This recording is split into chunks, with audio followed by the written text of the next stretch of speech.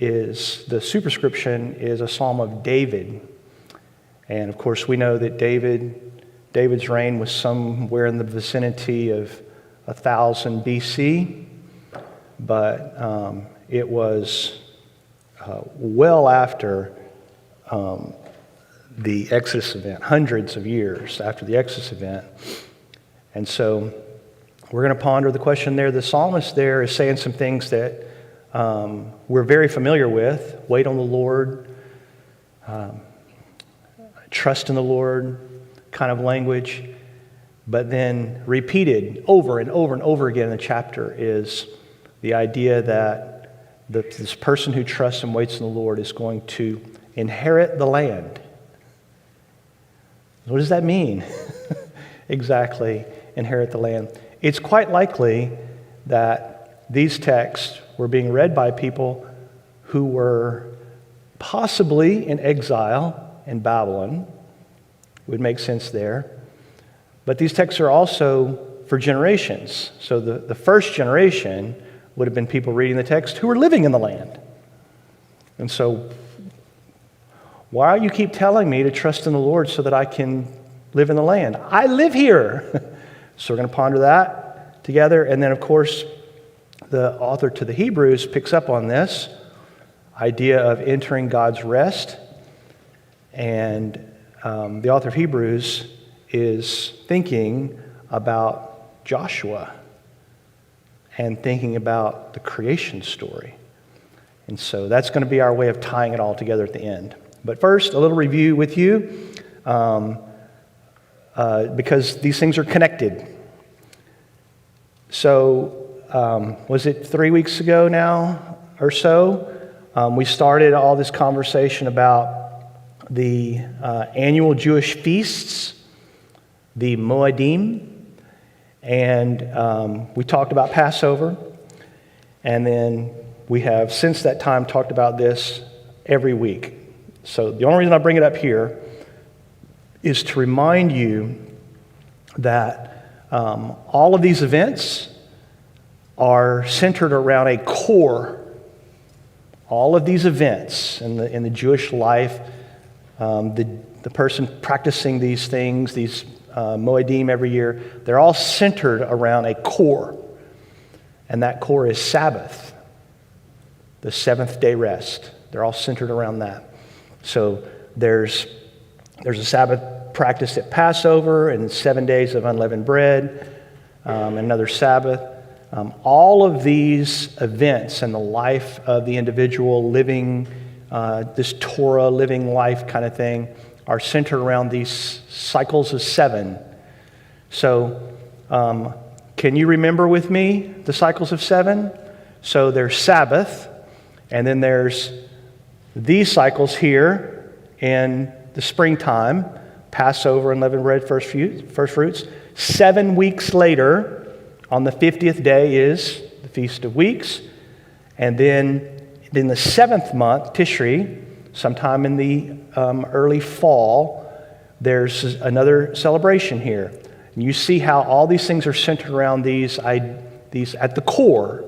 It's a Sabbath celebration. And last week, what we did was we talked about the Sabbath 7-day cycle in the context of the 7 years. And so we went to Leviticus 25 and we read together in Leviticus 25. I think I put it in here. I did not. We read together in Leviticus 25. Okay, so not only are we doing the first month and then 7 weeks later and then in the 7th month, but every 7th year is an entire year of Sabbath. And then last week, you do that 7 times 7, or 49 years, and the 50th year becomes the year of Jubilee. So remember, on the Day of Atonement of that year, they're in the 7th month of the Sabbath year, blow the trumpet, and everybody then celebrates for another year what they called the year of release. And y'all remember that Greek word is aphexis, and that word means release. but it is translated in our New Testaments as forgiveness. And so that's where we went last week with the Jubilee thing. And I asked the question in the last 10 minutes of our time together last week, what does that look like? And I'm interested in what that looks like because when Jesus, in Luke's gospel, when he arrives on the scene, he's just had his 3 temptation cycle with the Satan, and he goes to his hometown, Nazareth, and he goes to the synagogue. And evidently, the leaders of the synagogue knew Jesus had some skills. It wouldn't have been surprising. I mean, we're told early in the gospel accounts that Jesus is in there having conversations with the scribes and the Pharisees. He's a Bible nerd. And so they knew it. They handed him the scroll of Isaiah. He opens it to Isaiah 61, which is a meditation on Jubilee, the year of release, and the hope of a messianic figure coming during that year of Jubilee. And Jesus reads that out loud to them, Isaiah 61, and he says, "This has just been fulfilled in your ears. I've done it. The Jubilee is now." And so we pondered last week what kind of images that would have brought up in the mind of the hearer. Like, okay, the Romans are in charge, and I know the Roman official who's living on my property. Do I get that back? This is the kind of thing they're going to be thinking about with the year of Jubilee. But we do get some clues from Luke's gospel about at least what Luke would have us think about. And so we talked about them at the end last time. Number 1 on my list there, right after his speech, Luke chapter 4, Jesus is in charge of the powers, the principalities and powers. They have to do what he says. He has authority over the powers of darkness. Luke would have us know that. This is Jubilee. The Messianic King is in charge. He has authority over the powers of darkness. The second thing we said is Jesus is also physically healing people. Peter's mother-in-law here is first on the list. And in case you missed it, Luke just comes right out with it. Here he says, all those who had any sickness, he was healing all of them. Luke, what would you have us think Jubilee is? Jesus style.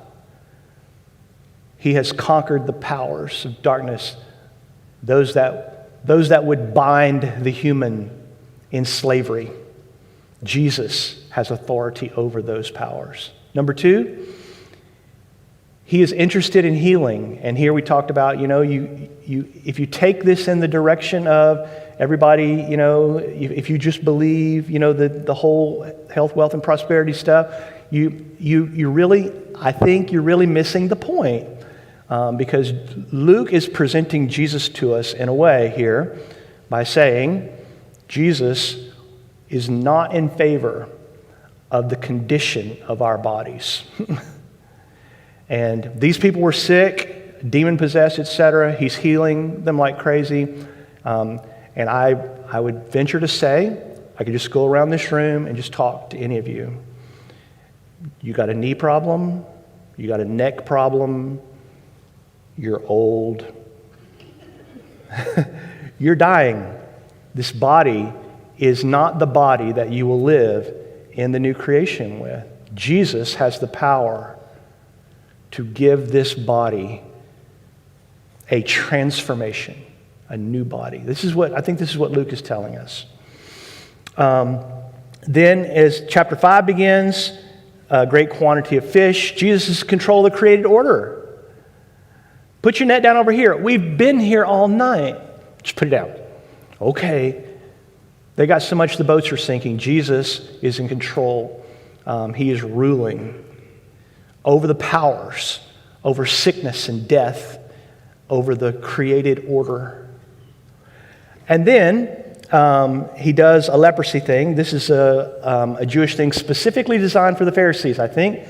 Jesus is reaching out to them because they wouldn't dare touch a guy with leprosy. He is unclean, and Jesus is just all over him. Come to me, this unclean person, and he cleans him. And what does he tell him?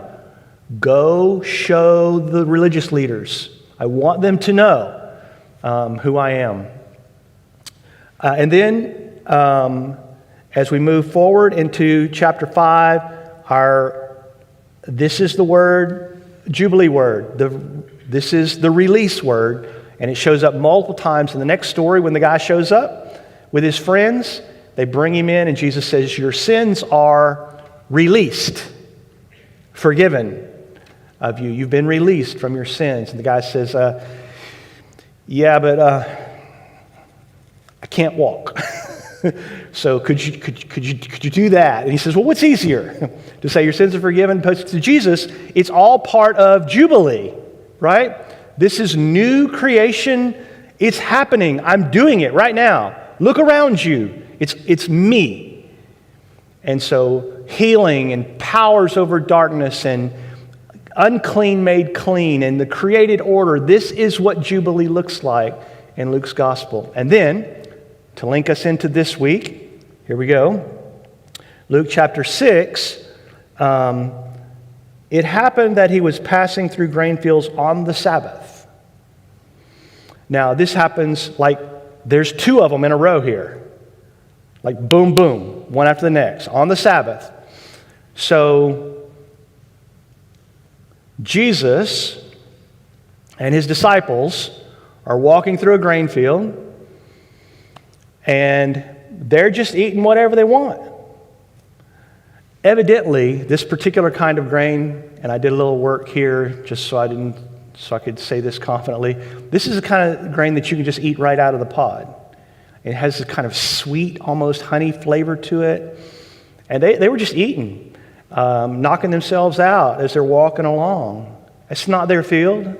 It's like, it all belongs to us, man. Let's just eat up. And the Pharisees, of course, the picture is them sitting in the bushes with their binoculars, watching to see what Jesus would do wrong. And sure enough, you can't do that. You can't do that on the Sabbath. And Jesus' conclusion, without me telling the whole story, Jesus' conclusion is, he's calling himself the Son of Man, am Lord of the Sabbath. I'm going to paraphrase so that we don't get bogged down right here because I want to move into this week's thing. I have just announced that it is Jubilee. What is Jubilee exactly? Like a straightforward reading is, out of Leviticus 25, all debts are forgiven. A complete society reset is underway.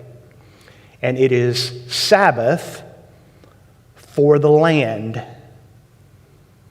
And you don't plant anything, you don't prune anything, you just walk around and just eat what the Lord has provided.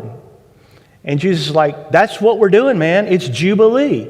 It's Sabbath. We're eating of the land. It's Jubilee.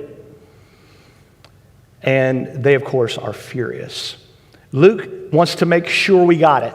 Because in the very next story, this man with a withered hand shows up on the Sabbath.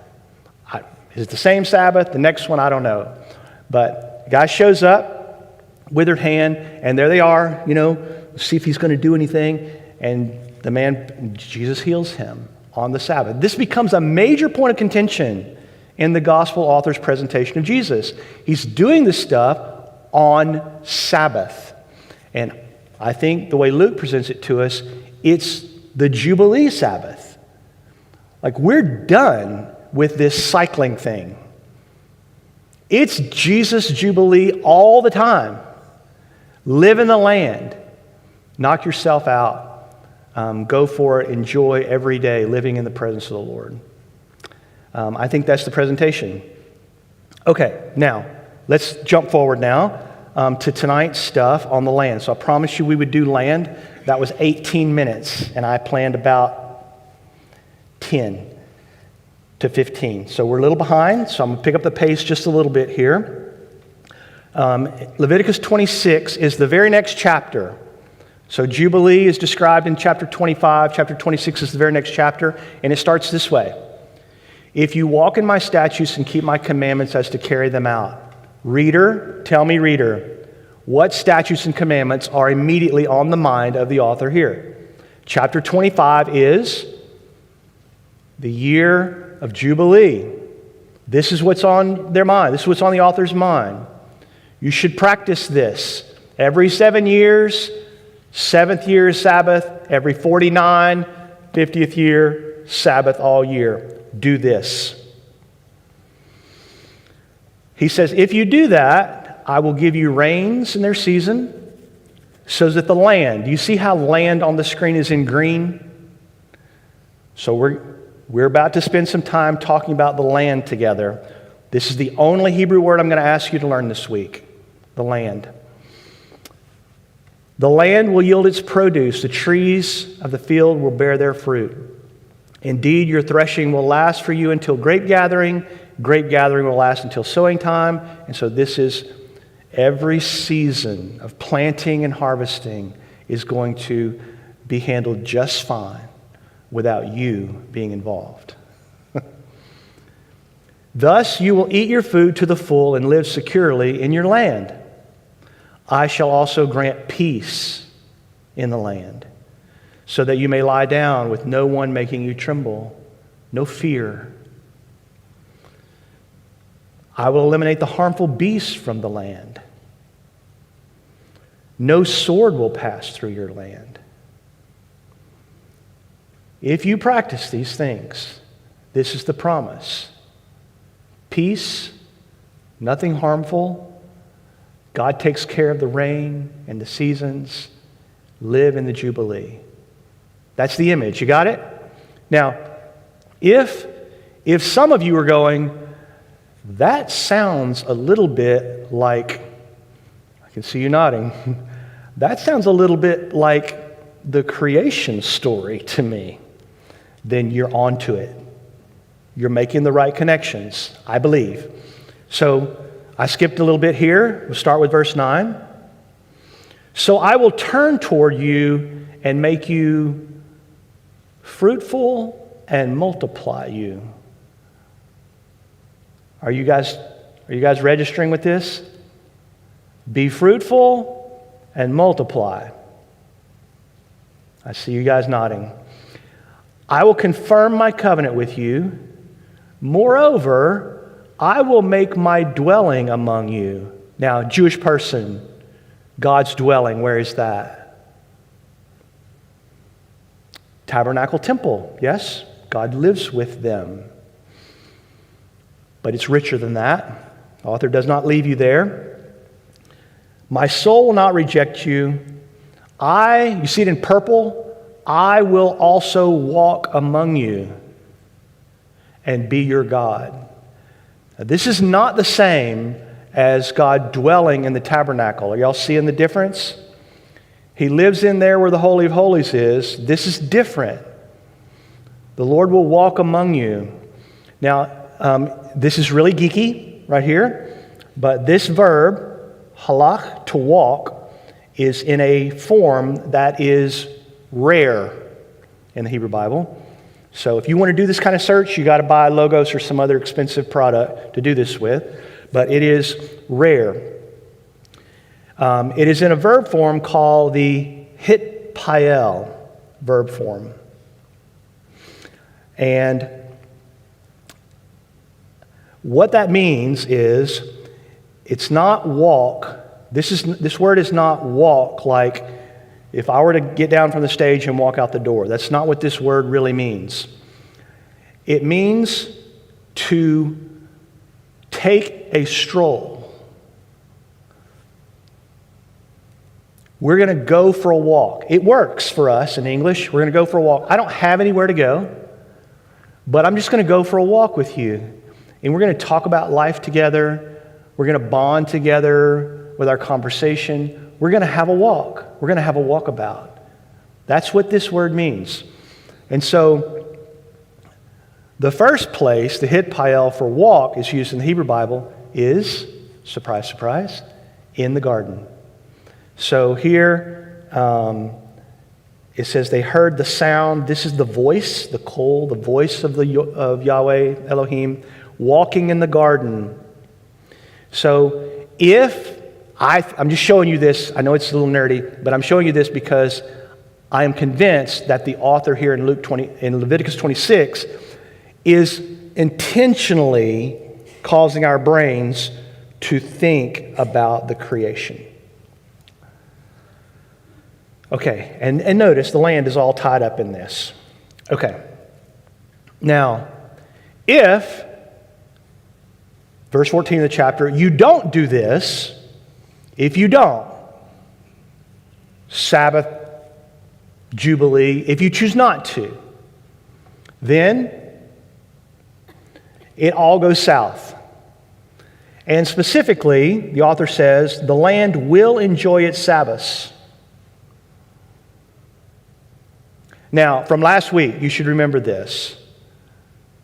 How does the end of the Hebrew Bible interpret the exile of the Jewish people to Assyria and Babylon?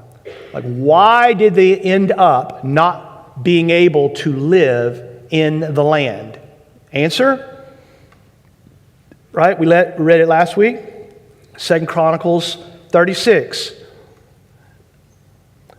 The reason you're in captivity was to fulfill the word of the Lord by the mouth of Jeremiah until the land has enjoyed its Sabbaths. You're not going to do this? Let me correct you. You are going to do this, except the land's going to do it without you. So whatever this land concept is really important. So we're going to spend about 15 minutes here. I got 5:22. We're going to spend about 15 minutes here talking about this word for land, because the English way of interpretation here doesn't quite get it. It's helpful to do the original language here. So I'm going to do it with you. So this is the land. This is the only one I'm going to make you pronounce tonight. It's this word right here. I'm going to write it up here phonetically. So it's E-R-E-T-S.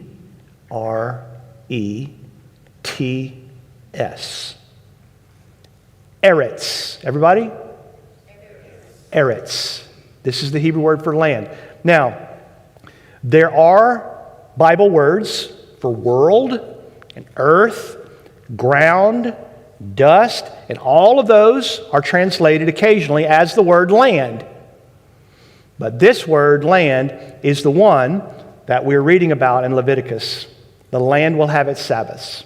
Okay, so we're going to talk about just this word only and what it means in the Hebrew Bible for 12 more minutes. All right, will y'all do it with me? Nodding? Okay. All right, great. Okay, so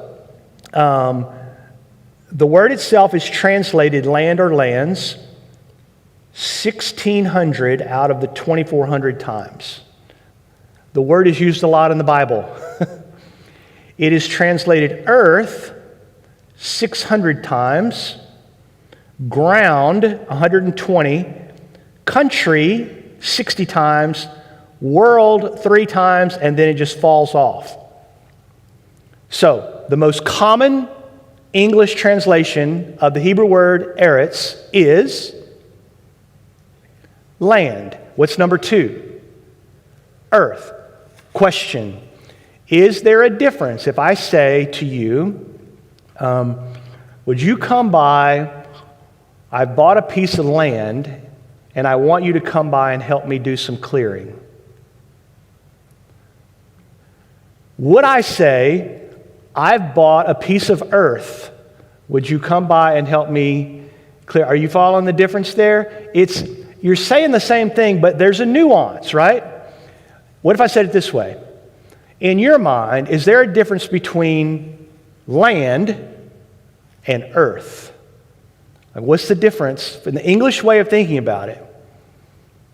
Land would be a piece of the earth, yes? When I think about the earth, I have an image from space. looking at this globe thing. That's what I have in my mind. Okay, so just got that thought in your head. All right, so the Bible starts this way. In the beginning, God created the heavens and the earth. That is the Hebrew word eretz. Are you guys following me? There's a different word for world, ground, dust, etc. God created the heavens and the earth. Or, literally, it's the Hebrew words shemayim and eretz. And these two words mean the sky and the land. And so literally, if you're original language person reading this, you go, Elohim created just anywhere you are, standing outside. God created all of that and all of this. Everything up there and everything down here. It is the summative statement of the creation. And it uses the word land. All right? Next sentence says, the earth, the word is eretz. The eretz was formless and void, and darkness was over the face of the deep, etc. Okay, so the question now becomes for us, for just a moment here, is eretz earth and eretz earth, in New American Standard there, the same thing, the same concept. They both mean land. And certainly, people disagree on this, and I'm not going to go down that rabbit hole. Okay? But it's the same word. But I do want you to notice here, if you just ask a straightforward question, what does the author of Genesis mean when the author says eretz? The author defines it for you. In verse 10, God called the dry land, the Yabeshah, he called the dry land eretz. So if you say, Wade, what is land? I would say eretz, if you mean eretz is land, you mean the dry stuff that I put my feet on when I walk around. And you're going, well, that seems so basic, Warren. Okay, just stay with me for just a second. It gets better. In Genesis chapter 15, it says, this is the covenant with Abraham chapter. On that day, the Lord made a covenant with Abram, saying, to your, do y'all remember the word? Zerah, to your seed I have given this land. And then the author describes what was given to Abram like this. From the river of Egypt, what is that river? The river of Egypt. The Nile to the river Euphrates. So the covenant with Abram was to give him this land. And whatever you think of politics or whatever else, great. At a fundamental level, if you ask any Jewish person, what is the land promised to our forefathers? They're going to use this verse. We were promised this place. And on the map, it looks like this. So here is the Euphrates, and here is the Nile. This is the land. You follow me? Everybody follow me so far? We're not making any political statements. I'm just showing you this is what it says, the land. Now, does that mean earth? You see how that's different? This is a specific place. The land promised to Abram is a specific place. In 1 Kings chapter 4, this is about Solomon. It says, men came from, and I tried to pick, there's 2,400 of these in the Bible, so I tried to pick an example that would help us thinking about what we're doing here. Men came from all peoples to hear the wisdom of Solomon, from all the kings of the Eretz land. Now, is that the same thing as the land word in Genesis 15? Now we're talking about people from all over the place. You with me? So the land has a very specific meaning in the Abraham covenant, but in other places it can mean something much larger. Is everybody following? This is really important because we have to do something with this in just a second. This is really important. Does everybody see that? The land can be a very specific location. Jewish people think of it as this place. It can also mean everywhere, all the land. So it has multiple meanings. Okay. What I'm interested in is what the author of Leviticus is talking about. Like when you say the land has to have its Sabbaths, what is the author getting at here? Okay. Next up. Genesis chapter 1. I'm going to run out of time. I can see that. I'll summarize the last two slides. Genesis chapter 1, God created man in his own image. In the image of God, he created him, male and female. He created them. God blessed them. He said to them, be fruitful and multiply. Now, why am I using this verse? Because I want you to see, I want it to connect here. Leviticus, practice the Jubilee. God will walk among you. He will cause you to be fruitful and multiply. This is where that's coming from. Fill the, everybody? Eretz, the land, and subdue it. Rule of the fish of the sea, birds of the sky, and every living thing that lives on the Eretz. So Genesis chapter 1 is the 6-day creation event followed by the Sabbath. And then it says on the 6th day here, God creates man in his own image and tells him to fill the land. Now here's the question. This is the key moment right here. Where did this happen? When you have a question like that in the Bible, what do you do to get the answer? Keep reading. Yeah? So Genesis chapter 2 is a recounting of the creation event, and the author tells us that the Lord put the man that he had formed in a place called the garden that was in the east in Eden. He put him, this man who was to rule the land, where? In Eden. That's where he got put. Are y'all following me? I know it's very simple, but it's important to see the sequence here. Genesis chapter 2, continuing. Okay, I would like to know where this is. People much smarter than us have pondered this for millennia. And I am not going to answer the question because I don't know where the Pishon and the Gihon are. I don't know. But there are some things that if you're a Bible reader, you can glean from this. Okay? So it tells us that a river flowed out of Eden to water the garden, and from there it divided and became 4 rivers. Now, 3 of these can be identified using biblical texts. So that's what I'm going to do with you. So the first one is the Pishon, and it says it flows around the whole land of Havilah. The Pishon and Havilah. So I can just click on the map. Oh, wait.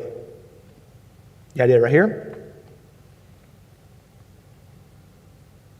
Yes, read the verse first.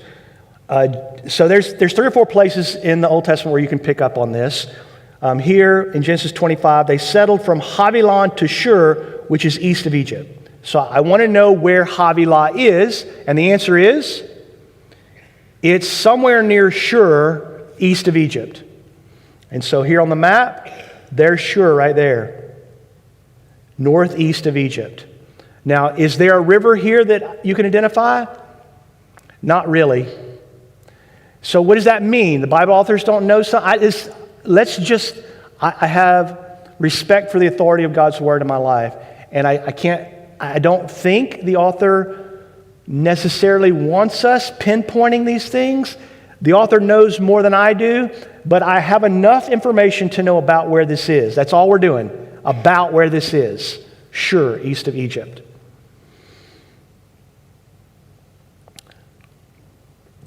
Last one. The name of the second river is Gihon. So where's the Pishon? Wade, where's the Pishon? Somewhere near Shur. What river is it? I don't know. Second one. The name of the second river is Gihon. It flows around the whole land of Cush. Now we know where Cush is. So here's Cush right here. And the borders of the Cushite peoples have wandered about over the years, over the millennia. Can you see a river there? Can you see a river flowing into Cush that you recognize? Okay, so let me show you in the text. So it flows around Cush. Now, this is the Greek word right here. It's actually in Greek pronounced Gion. It doesn't have the h in it. Gion in Greek. And in the Septuagint of Jeremiah chapter 2, I could show you about a half dozen of these. I picked one. But now what you're doing on the road to Egypt, to drink the waters of and the author calls this, it's actually, the Hebrew word is shihor. There are two Hebrew words for Nile. There's a Greek word here used for the Nile, and it's Gion. So summarize, Wade. Summarize. The Greek word in the Septuagint, the Greek translation of the Old Testament, in Genesis 2 and Jeremiah chapter 2 is the same word. And the English translation of that word and the Hebrew translation is the Nile River. Are you with me? It's the Nile. This one is pretty clear. The land of Cush, the Nile. Everybody knows, I could show you hundreds of biblical texts that talk about the Tigris and Euphrates, so they know where those are. So exactly where are we talking about then? Go back to the slide one more time. The Garden of Eden rivers. I have positive identification of this one, the Nile, and positive identification of this one, the Euphrates. Okay. So when God makes the covenant, here comes the punchline moment. When God makes the covenant with Abram to give his seed the land, in a Hebrew reading of that promise, what has Abram been promised? Don't be scared. What did he get promised? The Garden of Eden. Do you guys see that? He got promised the Garden of Eden. I just want to let that sit for just a second because it's so important in reading the rest of the biblical story.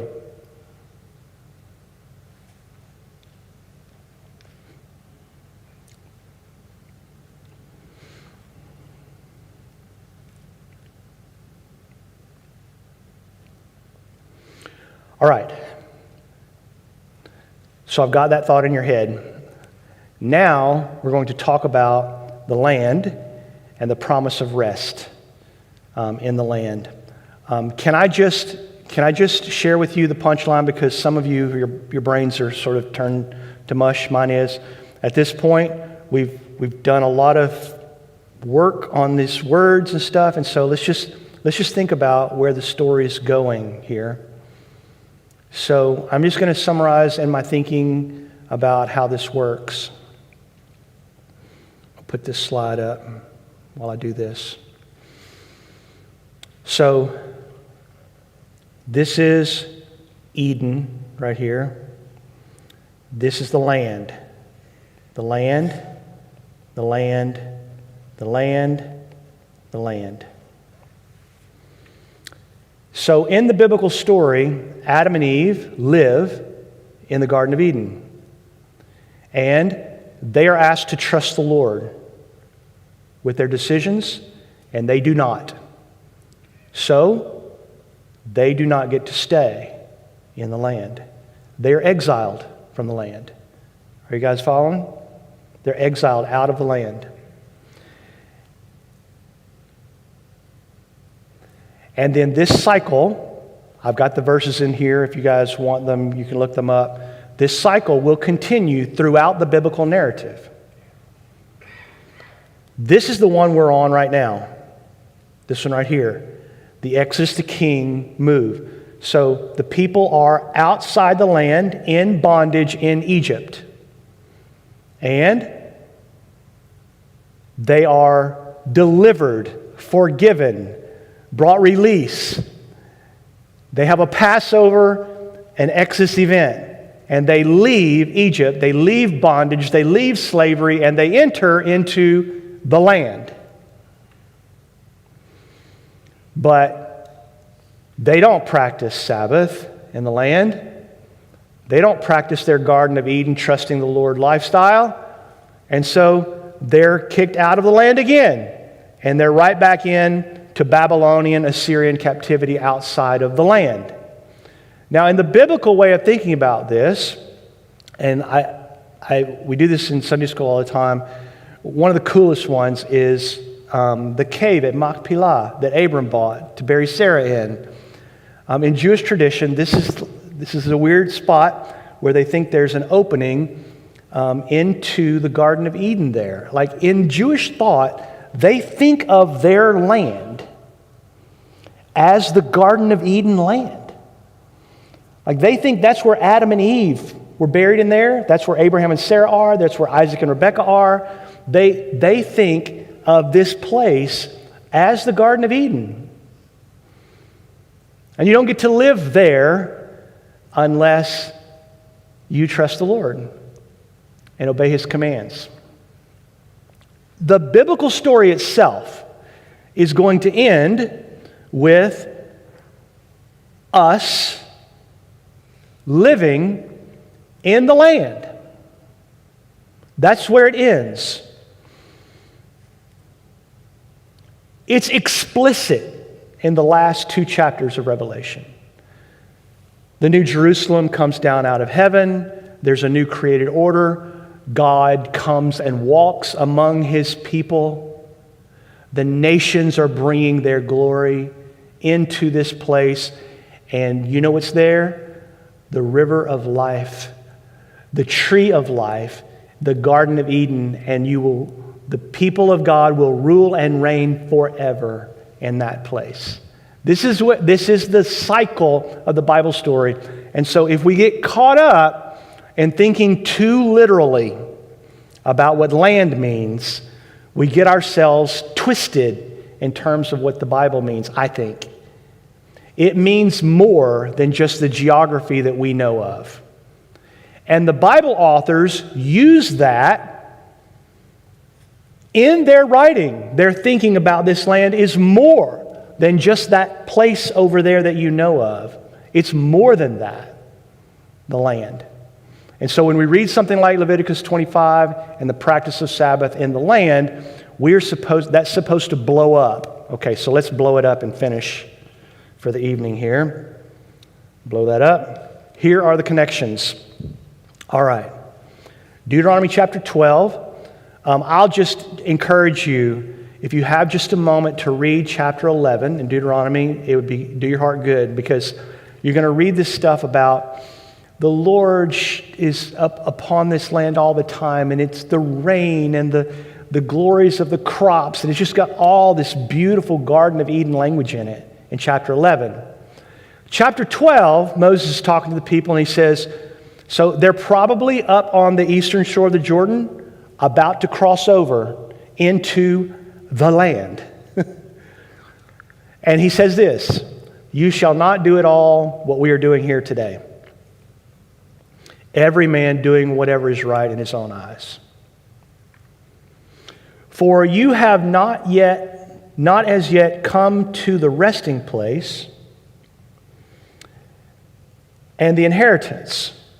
Now, the inheritance, I could show you a dozen of these right off the top, and we're going to do it in Psalm 37 here in just a second.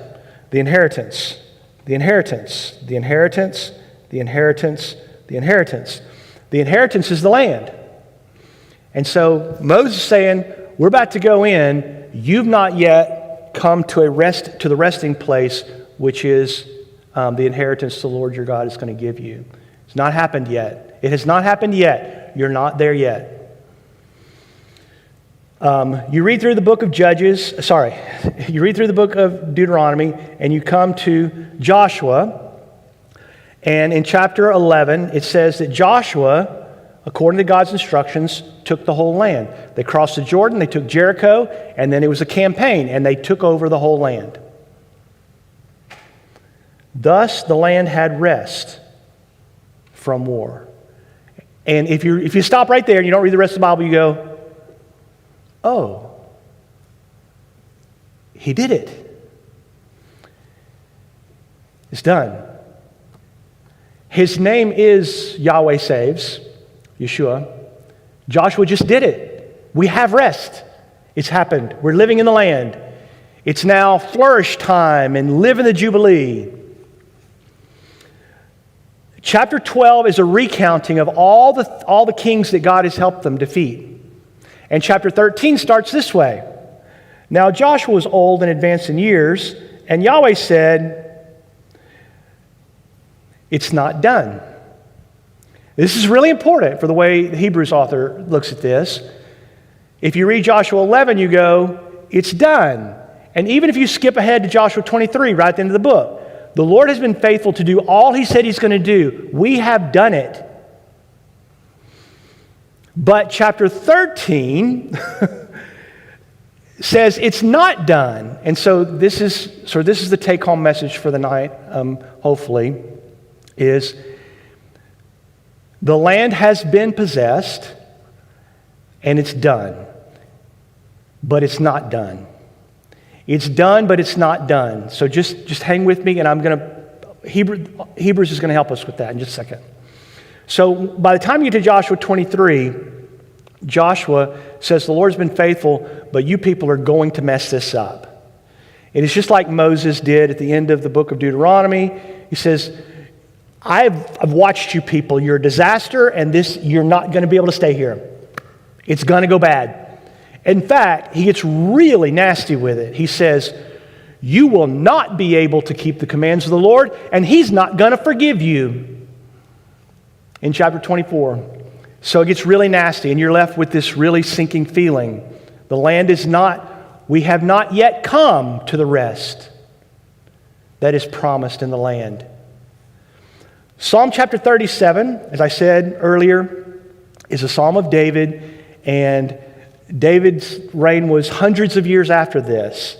And David, he's living there in the land.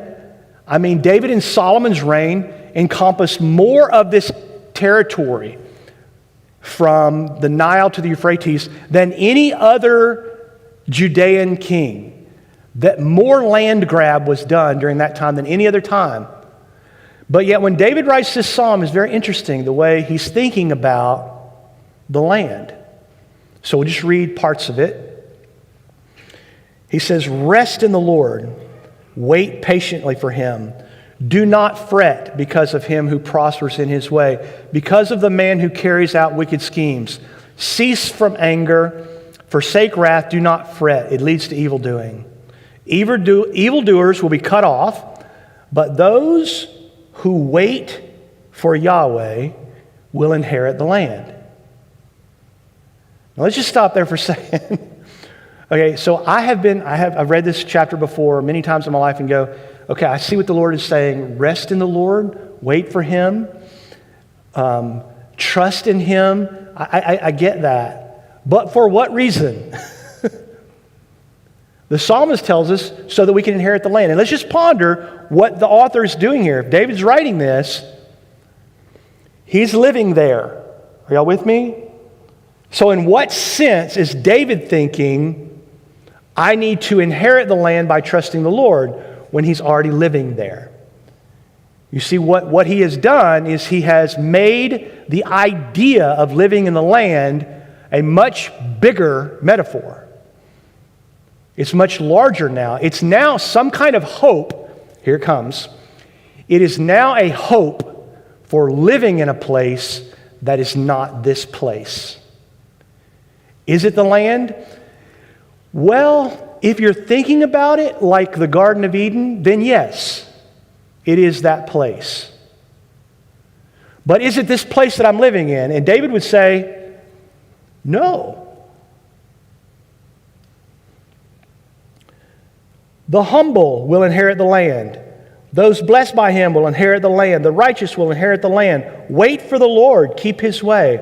He will exalt you to inherit the land. Over and over again. So, what does it mean to hope to inherit the land? In the biblical story, in the grand biblical story, that hope is to live in a new Garden of Eden. That is the hope of the biblical narrative. Okay, we'll do Hebrews, and then I'm going to stop talking. Hebrews chapter 4 starts this way. For if Joshua had given them rest, remember Joshua 11, the land had rest. If Joshua had given them rest, he would not have spoken of another day after that. Now, you will look in vain in the book of Joshua for Joshua talking about another day after that. It'd be so great if there was a Greek way in the Septuagint and it was a copy-paste. I would love that. It's not there. So we have to imagine then, what exactly is the author mean by this, that Joshua is talking about another day? The author says, so there remains a Sabbath rest for the people of God. So if we consider ourselves those who walk with Jesus, the people of God, then in what sense is there a Sabbath rest that remains for us? A Sabbath rest living in the land. In what sense? I'm going to try to answer that at my last statements of the night. For the one who has entered his rest has himself also rested from his works. And the Hebrew author goes, like Shabbat in the creation story. Therefore, here's where it gets really yes, but not yes. Let us be diligent to enter that rest. I want to tell you right now, I'm going to speak to myself in front of you. Wade, you need to be diligent to enter the rest of the Lord. Enter into that rest. Be diligent right now. What does that mean? The people who fail do so by this Greek word, which is apatheo. It's translated New American Standard as disobedience. But multiple translations. Here's the word here. Multiple translations. It's a Greek word that means both to disobey and to not believe. It means both of those. So the author to the Hebrews says, let us be diligent to enter that rest. You will fail to do so by not believing that leads to obedience. Trust in the Lord. Do you hear the psalmist? To enter the rest, to live in the land. Wait patiently for Him. Living in the rest is to believe and to trust and to obey the Lord. That seems pretty simple, but not simple. Okay, so the last thing for the night is this, out of Hebrews. I have 3 minutes to do it. This is chapter 12 of the same book.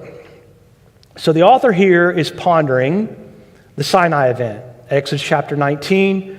where the lightning flashing and everybody's terrified, and they say, Moses, you go talk to God because we don't want to talk to him. All right, so this is what the author's thinking about.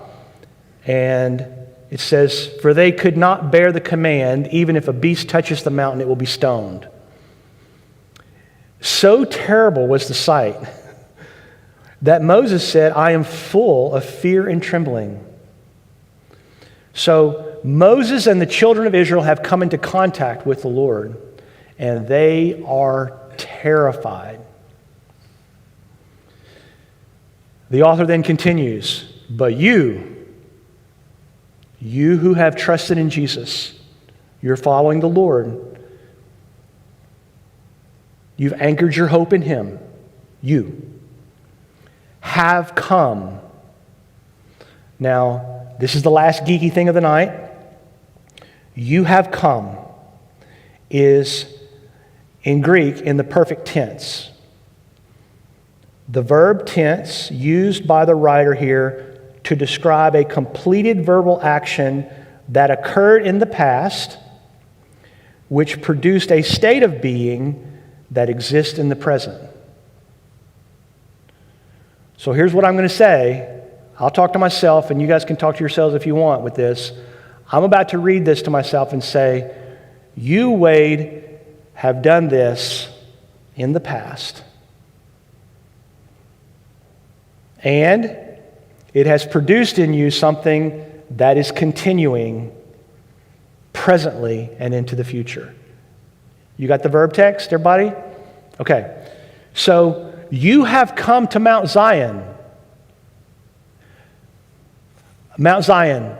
That's catchphrase for Mount Zion? Jerusalem. Jerusalem being the capital city in the middle of the land. Are you with me? You have come to the land, to the city of the living God, the heavenly Jerusalem. Past tense. And continuing, you have come there. I like to think about it like this before I read the rest of this and finish.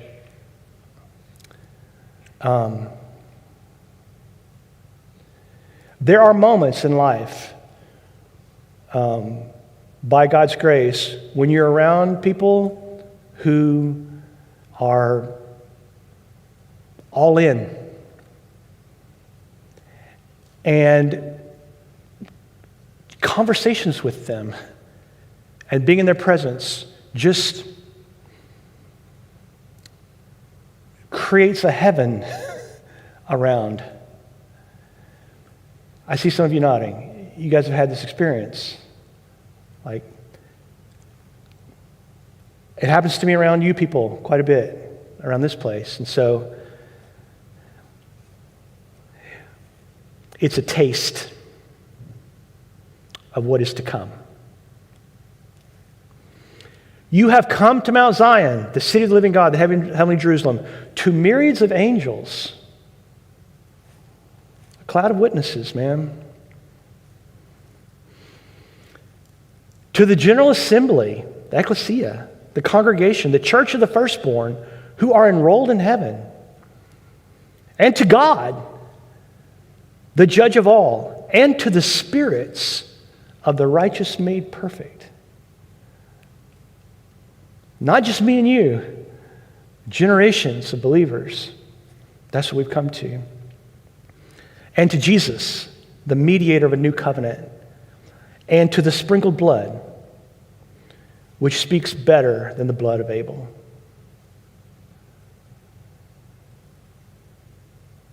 Chapter 12 ends. Halfway through chapter 13, the author says, for here we do not have a lasting city, but we are seeking the city which is to come. If the man was speaking, and I'm listening to chapter 12 as he speaks, and then he reads this in chapter 13, I go, is there something wrong with you? Because you just said, I have already come to this city, and now you're telling me that we don't have a lasting city. You cannot have it both ways. Or can you? I would suggest that you can have it both ways. A life lived trusting in the Lord, waiting on Him, being obedient to His commands, is a life that brings us to the city. However, we are being diligent to enter that rest, and we are entering it, but we have not yet entered it. Because the city's coming, and the new creation is coming. And then we will enter into, capital T, the rest in the land. Lord, thank you for these people and for your scriptures. Just talking about these things, Lord, ignites my heart and makes it burn in the hope of you coming. It's like so much of the music that we sang this morning and so many things that are said from this pulpit, Steve and Bart and others.